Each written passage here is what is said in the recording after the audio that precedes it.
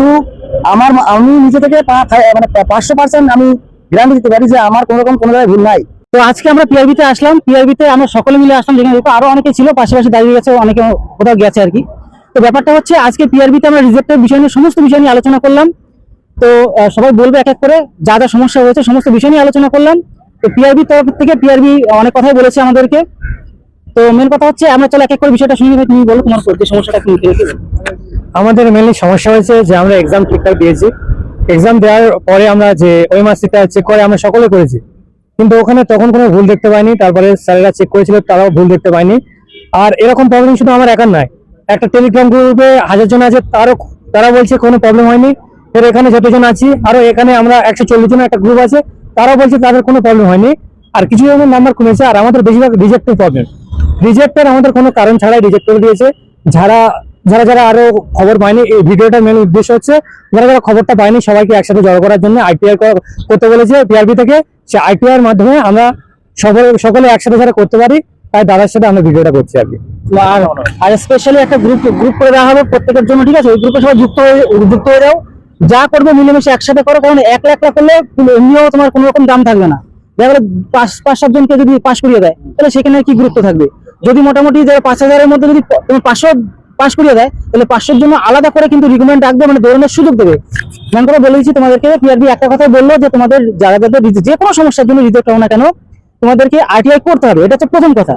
এবার আরটিআই বললো যে আরটিআই করার পরে যদি তোমার যদি কোনো সমস্যা না থাকে, তাহলে তোমার দৌড়ের জন্য আলাদা করে অবশ্যই সুযোগ দেবে, যেটা পিআরবি কনফিডেন্স একদম ফুল কনফিডেন্সের সহকারে বললো। সেই পরবর্তীকালে তোমাদের কিন্তু এই যে 8 তারিখের যে দৌড়টা, হয়তো এটার মধ্যে সুযোগ পাবে না, তার পরবর্তীকালে যারা 500 জন বা 1000 জন যদি কোনো রকম সমস্যা না থাকে, তার জন্যই বলছি সবাইকে একসাথে চলতে।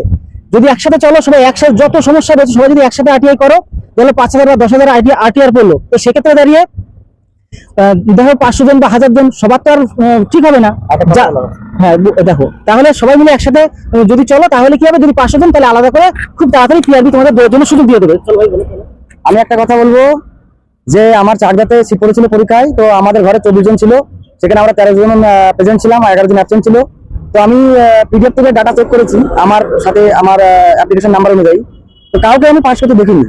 এখানে একটা দুর্নীতির গন্ধ যেন দেখা যায়। তারপরে এছাড়া আমি এইবার নিয়ে 5 বার আমি পুলিশ বোর্ডে পরীক্ষা দিচ্ছি। এই কনস্টেবলের ক্ষেত্রে প্রত্যেকবারই আমি মেরিট লিস্ট থেকে বাদ গেছি শেষ অবস্থাতে। কিন্তু আমি নিজে থেকে মানে 500% আমি গ্যারান্টি দিতে পারি যে আমার কোনো রকম কোনো জায়গায় ভুল নাই। আমি ফর্ম ফিল আপ করার পর আমার মানে ওই মাঠটা, তারপরে আমি 7 থেকে 8 বার আমি মিলিয়েছি, সেখানে আমার ভুল হওয়ার কোনো প্রশ্ন ওঠে না। কিন্তু আজকে দেখছি আমি রিজেক্ট, যার কারণে আমার লাইফটাকে ব্যর্থ হবে। তো এই ক্ষেত্রে আমি বলতে চাইবো যে জানি না ভেতরে দুর্নীতির গন্ধ আছে কিনা, আর তাই আমরা করবো। এবং যদি কেউ করার থাকে, সবাই একসাথে করতে চাইছি। যদি সেরকম কোনো প্রবলেম হয়, আমরা কোর্টের কাছে দ্বারস্থ হতে পারবো এর পরবর্তীকালে। তাই চাইছি সবাই মিলেমিশে আমরা পদক্ষেপ নিতে। যদি এরকম কেউ থাকে আমাদের মতন, আমি বলবো দাদার সঙ্গে যোগাযোগ করতে। যোগাযোগ করার পরে একটা আমরা ভিডিও ডেসক্রিপশন বক্সে লিংকও দেওয়া থাকবে, হোয়াটসঅ্যাপ গ্রুপে সবাই একসাথে জড়ো হয়ে যাও। সবাই একসাথে ভিডিও ডেসক্রিপশন বক্সে যে লিংক থাকবে, সেখানে হোয়াটসঅ্যাপ গ্রুপ থাকবে, টেলিগ্রাম গ্রুপ থাকবে, যেটা সুবিধা হয় সবাই ওই গ্রুপে যুক্ত হয়ে দাদার সঙ্গে মানে কন্ট্যাক্ট করবে, যাতে করে আমাদের পরবর্তী পদক্ষেপ এগোতে সুবিধা হয়।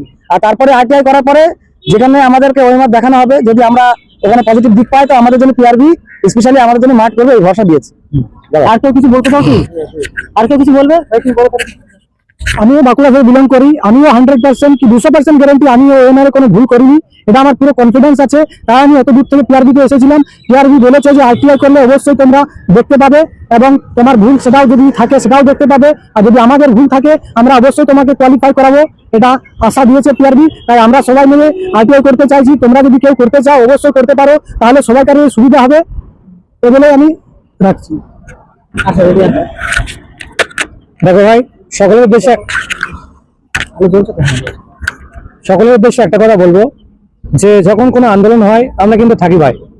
হয়তো অন্য কারো অনেকজন পাস করে গিয়েছে, আমরা হাতে গোনা কয়েকজন হয়তো রিজেক্ট হয়েছে, কিন্তু আন্দোলনের ক্ষেত্রে আমরা এই কয়েকজনে প্রচুর রিজেক্ট হয়েছে।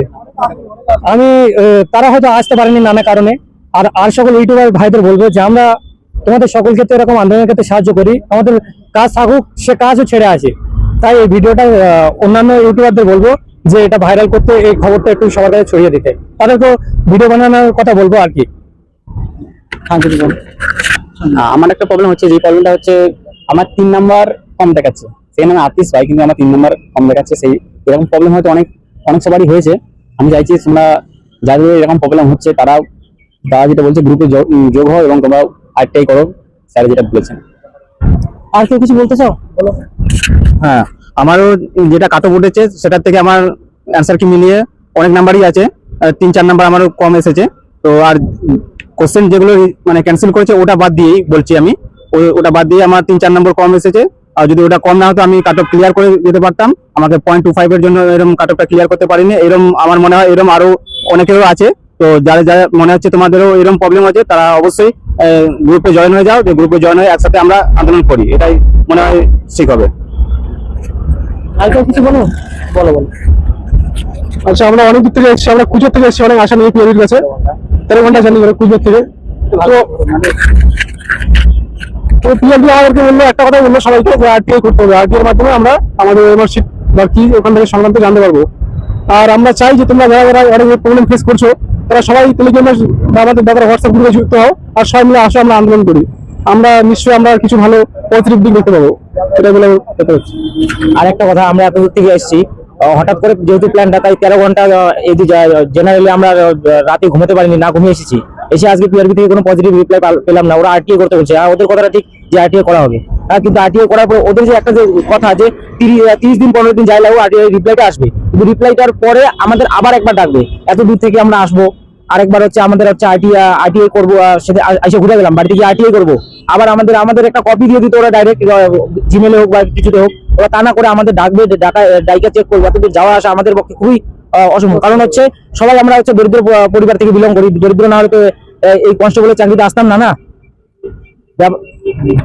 দেখো, সামনে কলকাতা পুলিশের পরীক্ষাটাও আছে, মানে রেজাল্টও দেবে। তো সেক্ষেত্রে দাঁড়িয়ে সেখানে যদি সমস্যা হয় তারপরে কিন্তু তোমরা বলতে পারবে না যে আমরা আসিনি বা কিছু নেই। সেক্ষেত্রে যদি তোমরা মানে যদি না সাপোর্ট করো সমস্যা পড়তে পারো। কিন্তু সেক্ষেত্রে বলছি প্রত্যেকে ভিডিওটি শেয়ার করে দাও, যাদের এই রিলেটেড প্রবলেম তারা অবশ্যই তাদের কাছে পৌঁছে দাও ভিডিওটি, যাতে সবাই মিলেমিশে আলোচনা করে একটা সমাধানে আসা যায়। পিআরবি বললো সেটা তোমাদের কাছে তুলে ধরলাম।